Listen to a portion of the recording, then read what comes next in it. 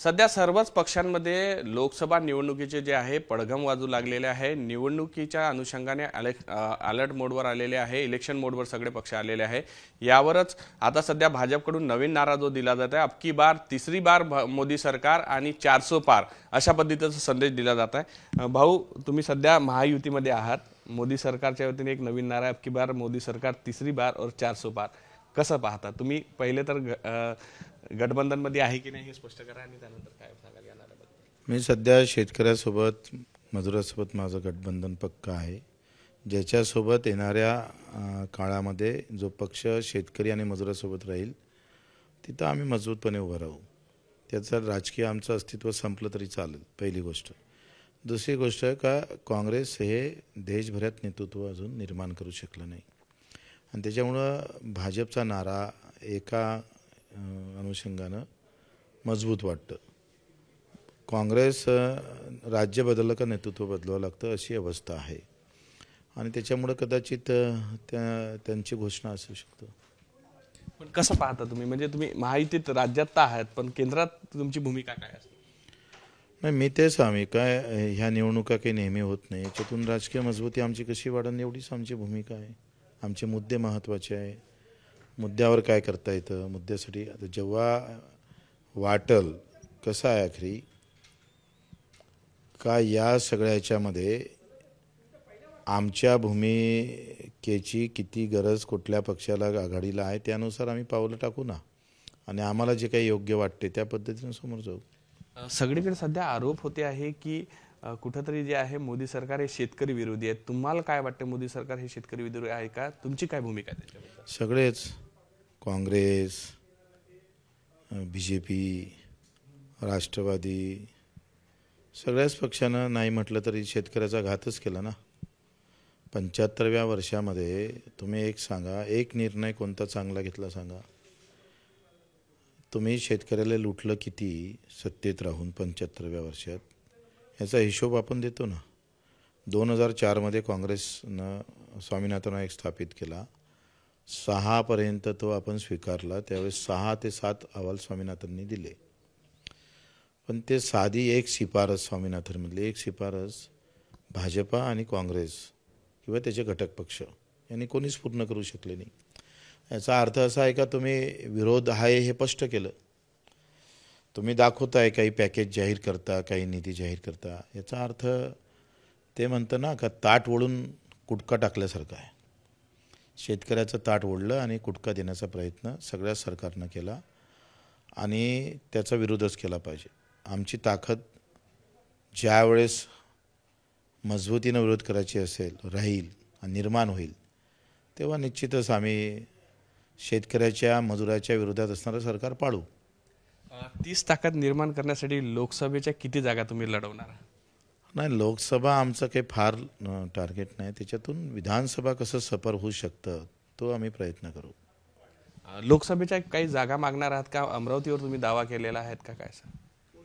अमरावतीवर आमचा दावा आहे काय, 2 काँग्रेसचे 3 काँग्रेसचे आमदार आहे, 2 प्रहारचे आहे आणि बीजेपीचं लोकसभामध्ये अर्धा येतं आणि नवनीत राणा ह्या राष्ट्रवादी काँग्रेसच्या पाठिंब्यानं लढल्या होत्या, त्याच्यानं भाजपचा दावा असं तिथं म्हणता येत नाही आणि म्हणून प्रहारचा दावा भाजपपेक्षा आम्ही मजबूत आहे आणि म्हणून तो आम्ही मागण्याचा प्रयत्न करतोय। पण त्यांनी जशी मागच्या वर्षी राष्ट्रवादीतून लढल्या होत्या, स्वतःचा त्यांचा एक स्वतंत्र पक्ष आहे, तुम्ही म्हणता ती जागा तुम्हाला द्यावी, नेमकं तुमच्या पक्षातून त्यांनी लढावं की त्यांनी स्वतःच्या पक्षातून लढावं की महायुतीचा उमेदवार म्हणून लढावं? मला वाटतं हा मार्ग निघाला, जसा मार्ग निघेल आणि सोयीचा मार्ग होईल तर दोन्ही गोष्टी होऊ शकते। ते आमच्याकडून लढू शकतं, युतीतून लढू शकतं, कशा पद्धतीनं, किंवा नाही दिलं तर आम्हाला मग विधानसभेत तुम्ही काय करू शकता हे पण ठरवलं लागलं ना।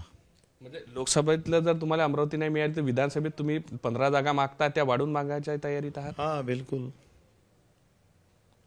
लोकसभेच्या माध्यमातून विधानसभेला काय मिळतं त्याचाही प्रयत्न आपण करू।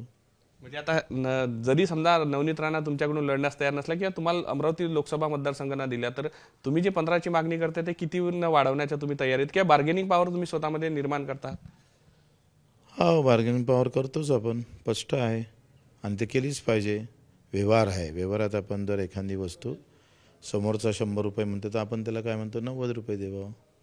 तर ही बार्गेनिंग व्यापारात तशी करावं लागतं, तसं राजकारणात हे करावंच लागतं आणि ते केलीच पाहिजे. पक्ष जिवंत ठेवायचा असन आणि आम्ही ज्या मुद्द्यासाठी लढतो शेतकरी शेतमजुरासाठी तो अधिक मजबूतीनं लढा उभारायचा असेल तर ते करावंच लागेल आणि ते करू आपण. पण अमरावतीसाठी तुमचा दावा कसा ठाम असणार आहे का? किमान एक जागा तरी तुम्हाला मिळावी कुठली, अशी काही तुमची तयारी आहे का की ती कुठली असावी? खरं तर आता चर्चा जेव्हा होईल आणि चर्चेमध्ये कशा पद्धतीनं समोरून विषय येतं त्यानुसार समोर जाऊ. आज महायुतीची प्रेस कॉन्फरन्स आहे, कुठेतरी महायुती ते तुम्हाला आज तुम्ही त्याच्यात सहभागी नाही झाले, काय कारण? तर त्या काय टेक्निकल प्रॉब्लेम असं मला माहीत नाही, पण त्याचं काही मला फार दुःख आहे आणि वाईट वाटते अशातला काही भाग नाही. पण तरी आज महायुती बाकीचे जर लोक जात असेल, तुम्ही महायुतीत आहे, सरकारमध्ये आहे, शिंदे गटांसोबत आहे, मुख्यमंत्री असेल खरं तर त्यांना असं वाटलं असेल का बच्चू कडू हजर राहणं फार गरजेचं नाही तर नाही दिलं असेल. कुठंतरी तुम्ही फक्त तुमचे जास्त आमदार नाही म्हणून दिलं जात नाही की काय? नेहमी तुम्ही सरकारमध्ये जरी असले तरी तुम्ही सरकारमध्ये आहे की नाही हे सरकारलाही कळत नाही बऱ्याचदा तुमच्या प्रश्नांमुळे. कसा आहे हा गैरसमज आहे. मी शेतकऱ्याच्या बाजू घेऊन बोललो तर मी सरकारमध्ये नाही आहे असं म्हणणं असेल तर हा ते काय आहे चौथ्या वर्गात नापास असणाऱ्या लोकांसारखं आहे. म्हणजे ज्यांना डोकंच नाही आहे, डोकं नसणारे लोक असं म्हणन का बच्चू कडूनं सरकारची बाजू का मांडली आणि मांडली तर ते विरोधात आहे, हे म्हणणं म्हणजे मूर्खपणा आहे. म्हणजे खरी बाजू मांडू नये आणि मग सरकारमध्ये असल्या लोकांना हवले हवं नाहीले नाही म्हणायचं ते थोडं शक्य आहे. बच्चू कडूची ओळखच मुळात शेतकऱ्यांसाठी आहे, त्यामुळे सरकारमध्ये असो नसो तुमची भाषा मात्र ती सारखी कायम असते. नाही, आमचा बाप शेतकरी आहे, आमचा बाप कोणता नेता नाही आहे, कोणता पक्ष नाही आहे.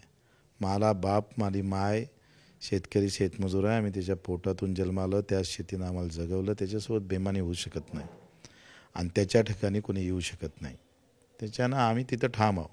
म्हणजे महायुतीची बैठक असो बोलावलं नाही त्यामुळे कोणीतरी ते बोलावणारे चौथी नापास आहे असं म्हणावं लागेल. नाही त्याच्याबद्दल नाही बोलत मी. तुम्ही जे म्हणताय का शेतकऱ्याबद्दल तुम्ही बोलत राहता म्हणजे विरोधात बोलत राहता त्याच्यावर बोललो मी. त्याच्यावर बोलले पण न बैठकीत बोलावलं नाही म्हणजे महत्व तुम्हाला दिलं नाही का? कारण चौथी नाप म्हणजे जे जे कोणी असे समजत असेल काही लोक का बच्चू कडूनं विधानसभेत शेतकऱ्याची बाजू सडेतोड मांडली आणि सरकारवर घेरण्याचा प्रयत्न केला तर आणि म्हणून तो आपला विरोधक आहे असं कोणाला वाटत असेल तर तो राजकीयदृष्ट्या चौथ्या नावपास आहे, म्हणजे झिरो आहे असं माझं म्हणणं आहे. तुम्ही आता राम मंदिराचा विषय पुढे येऊ लागलेला आहे, सगळ्यांना आमंत्रण दिलं जात आहे, तुम्हाला आमंत्रण दिलं आहे, यापूर्वी सुद्धा तुम्ही जाऊन आलेले? मी जाऊन आलो आहे. मी राम भक्त आहे आणि माझा प्रभू रामचंद्राच्या मंदिरात जाण्याचा उद्देश आणि माझ्या भावना ह्या शेतकऱ्याप्रती होत्या. बाकीच्यांच्या राजकीय असू शकते, धार्मिक असू शकते. माझ्या धार्मिकपेक्षा माझा धर्म शेतकरी वाचवण्याचा आहे, मजूर वाचवण्याचा आहे. त्या दृष्टिकोनातून मी प्रभू रामचंद्राच्या मंदिरात गेलो. आता तुम्ही यावेळेस जर समजा तुम्हाला निमंत्रण कदाचित आलं की नाही माहिती नाही, पण समजा आलं तर तुम्ही जाणार आहात? निमंत्रणाची गरज नाही. आम्ही राम भक्ताला निमंत्रणाची काय गरज आहे? मनात आलं आहे तर आम्ही कधीही जाऊ शकतो ना. मंदिरात जाण्यासाठी निमंत्रणाची काय गरज आहे? आणि ते कोणाची काय जहागिरी थोडी आहे. मुख्यमंत्री आता दौरा करणार आहे राज्याचा, ज्या ज्या ठिकाणी शिवसेनेचे उमेदवार होते त्या त्या जिल्ह्यात दौरा करणार आहे. अमरावती त्याच्यातला एक भाग आहे, त्यामुळे महायुतीत त्याही गोष्टीवर चर्चा. मला वाटतं केलाच पाहिजे दौरा त्यांनी. त्यांच्या नेतृत्वात अधिक कशा जागा येईन महाराष्ट्राच्या हे मुख्यमंत्र्यांना खरं तर सिद्ध करण्याचा वेळ त्यांच्यावर आलेली आहे. ते कसं सिद्ध करायला, कारण त्यांची जर राजकीय प्रतिमा मजबूत करायची असेल तर त्यांना हा सगळा प्रयत्न करावाच लागेल. अमरावतीमध्ये सुद्धा येणार अशी चर्चा आहे? मला माहीत नाही. नक्कीच. ज्या पद्धतीनं आता एकंदर ही परिस्थिती पाहता जे आहे निवडणुकीचे पडगम तर सुरूच आहे, पण तुम्ही आपली वेगळी भूमिका काय विधानसभेच्या अनुषंगाने आणखी काही वेगळी भूमिका ठेवणार आहे का? 15ची जागा तुम्ही मागणी केलीच आहे, त्यात आणखी काही वाढ करण्याची किंवा आणखी काही वेगळं? सगळंच आता सांगितलं तर मग काहीच राहीन नाही ना बोलायचं, म्हणून ते आता आम्ही उघड करत नाही. भाऊ, ज्या पद्धतीने संप सुरू आहे, आंदोलन सुरू आहे, ठिकठिकाणी मोठ्या प्रमाणात अडचणी निर्माण झालेल्या आहेत, त्यावर आपल्याला काय वाटतं या कायद्याबद्दल? नाही तर चालकांबद्दल काही कायदे केले ठीक आहे, पण एकतर्फी नाही करायला पाहिजे. तुम्ही सांगा आज चालक असणारा वर्ग हा अतिशय वंचित घटकामधला आहे, शेवटचा आहे. काहीच भेटत नाही म्हणून तो ट्रकवरचा ड्रायव्हर असेल किंवा 24-24 तास चालवत राहतं. सगळ्या अनुषंगानं त्याला पाहिले पाहिजे. एक अँगल ठेवून एक गोष्ट पाहून एक बाजू पाहून नाही करायला पाहिजे. आणि म्हटलं होतं का कलेक्टरला 2.5 लाख रुपये पगार आणि त्याला सेवा देणं ड्रायव्हरला 40,000 रुपये पगार. म्हणजे स्किल तो जितना जेवढं ड्रायव्हरमध्ये आहे तेवढं कलेक्टरमध्ये, दोघांमध्ये सारखंच आहे. पण एवढी तफावत म्हणजे जर आपण पाहिलं आणि इकडे खाजगीमध्ये 8,000 रुपये महिन्यानं काम करतं, तर ही वेठबिगारी आहे. पहिले यावर लक्ष घातलं पाहिजे. त्याचे नियम बनवलं, किती तास त्यानं चालवावं, कसं असावं, ह्या सगळ्या गोष्टी. तुमचे रोड किती आहे. आता हे मोठं हास्यास्पद आहे. अर्धे अधिक रस्ते तर अपघाताला आमंत्रण देणारे आहे. मग तिथं अधिकाऱ्यावर गुन्हे दाखल कराल का तुम्ही? रेल्वेचा अपघात झाला, विमानाचा अपघात झाला, कोणावर तुम्ही गुन्हे दाखल करणार? ते कायद्यामध्ये स्पष्टता नाही आहे. म्हणजे खड्डेयुक्त किंवा वळण असणारे रस्ते किंवा स्पीड काय वेगवेगळ्या पद्धतीनं अपघाताचे कारणं एक नाही, फक्त ड्रायव्हर असू शकत नाही, त्याचे अनेक कारणं असू शकतो. तर ते मला वाटतं शोधले पाहिजे ना. शेवटचा प्रश्न बच्चू भाऊ, तुम्ही जरांगे पाटलाच्या आंदोलनाला समर्थन दिलेलं आहे. 20 तारखेपर्यंत त्यांनी अल्टिमेटम दिलं. आतापर्यंत आम्ही मुख्यमंत्र्यांच्या शब्दाखातर थांबलो, आता थांबणार नाही अशी भूमिका घेतली आहे. जरांगे पाटलांनी भूमिका ही ठाम समाजाप्रती ठेवलेली आहे. त्याचा आम्हाला खरं तर अभिमानही आहे. आणि मी जरांगे साहेबांचा या बाबतीत तरी म्हणजे आम्ही पाहतोय का एक आंदोलक म्हणून तिथं जात असतोय. आणि सकल जो कुंभी आहे तिथे ज्या त्या पद्धतीत हे तर सिद्ध झालेलं आहे का कुंभी हाच मराठा आहे, मराठा हाच कुंभी आहे. तरीसुद्धा ओबीसीच्या एकंदरीत आरक्षणाला धक्का लागू नये म्हणून सरकार सावधगिरीनं तिथं वागतं आहे. कुठे अधिक अडचणी होऊ नये, राजकीयदृष्ट्या काही अडचणी होऊ नये म्हणून. पण वस्तुस्थिती तर असं आहे का मी नेहमी सांगत आलो का मराठा हा कुंभी नाही तर कोण आहे ते अजूनही सरकार सांगू शकलं नाही. आणि आज शिंदे साहेबांना घेतलेल्या भूमिका आणि जरांगे साहेबाच्या आंदोलनामुळं आज बऱ्या मोठ्या प्रमाणात त्याच्यात व्याप्ती कालच्या बैठकीमध्ये वाढवली. जसं राक्षस भवन, त्र्यंबकेश्वर मंदिरामध्ये किंवा इतर काही खाजगीरित्या कुठं जर पुरावे भेटत असेल तर ते सुद्धा त्या नोंदीसाठी ग्राह्य धराव्या. मोठा निर्णय आहे. आणि जेव्हा लसीकरण झालं 65मध्ये तेव्हा जातीचे उल्लेख सापडतं, तर ते सुद्धा कसं गृहीत धरता येईल हा मोठा निर्णय आहे. आणि त्यामुळं चांगला मला वाटतं बऱ्यापैकी समाधान भेटल. आणि त्या व्यतिरिक्त आता सगळे सोयरे या शब्दावर ते आहे. आता सगळे सोयरीची एक व्याख्या करावं लागेल आणि त्याच्यातून कसं समोर जाता येईल तो पण प्रयत्न झाला पाहिजे असं मला वाटतं. जरांगे पाटलांची स्वतःची नोंद सापडत नाही आहे, त्यामुळे काय? नाही, बरोबर आहे. काय झालं आहे, निजामशाही त्या मराठवाड्यात होती आणि ते उर्दू आणि पारशी भाषेत असल्यामुळं प्रत्यक्षरित्या ते शोधणं फार कठीण आहे. आणि त्याच्यासाठी आता काल एक कमिटी निर्माण करण्यात आली. स्पेसिफिक सगळ्या सॉफ्टवेअर वापरून वगैरे ते ज्या हैदराबादमध्ये काय झालं मधातल्या काळात निवडणुका असल्यामुळे तिथे जाता आलं नाही आणि ते प्रोसेस पूर्ण होऊ शकले नाही. आता त्याच्यामध्ये पूर्ण 15-20 दिवसामध्ये त्या शोधून आणि त्याला किमान 1-2 महिने तर सहज लागू शकतं. कारण एवढं मोठं दप्तर ते सगळं शोधणे, ते उर्दूमध्ये मराठीत रूपांतर करणे त्याला वेळ लागेल. त्याला वेळ लागेल, पण कुठेतरी जरांगे पाटलांनी इशारा दिला 20 नंतर आम्ही वेळ देणार. बरोबर आहे, त्यांना आता वेळ द्यायचं कारणही नाही. मग सरकारची अडचण आता प्रश्नच नाही. मला तर मार्ग काढला पाहिजे. सरकारनं पुढाकार घेऊन काय अधिक मदत करता येईल ते शोधलं पाहिजे. मदत केलीच पण अधिक काय करता येईल ते शोधलं पाहिजे.